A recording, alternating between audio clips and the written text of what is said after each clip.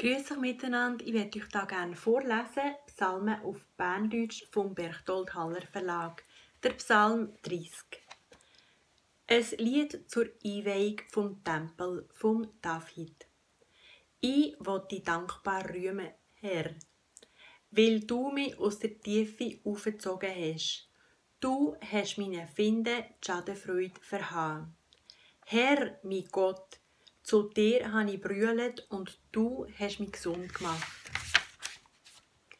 Herr, du hast mein Leben aus dem Totenreich aufgereicht und hast mich am Leben behalten, dass ich nicht mit den anderen ins Grab gesunken bin. Singet am Herr, der, wo zu ihm steht. Lobet sein heiligen Namen. Ja, ein Augenblick dauert sie Täube, aber sie Liebe lebenslang. Wer am Abend muss prieken, kann sich am Morgen wieder freuen. In mir Zufriedene habe ich gemeint, dass ich nie ins Stogeln komme. Herr, in dir Liebe hast du mich auf einen festen Berggrund gestellt. Wo du dich zurückgezogen hast, bin ich erklüpft.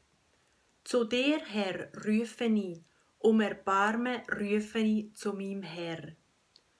Was nützt dir mein Blut, wenn ich ins Grab sinke?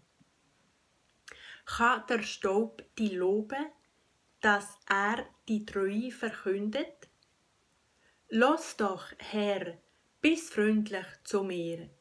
Herr, bist mein Helfer.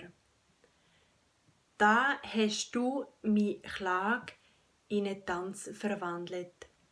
Hast mir den Trauersack abgezogen und legst mir ein Freudenkleid an. Drum singe ich dir von ganzem Herzen und schwiege nicht. Herr, mein Gott, auf ewig will ich dir danken.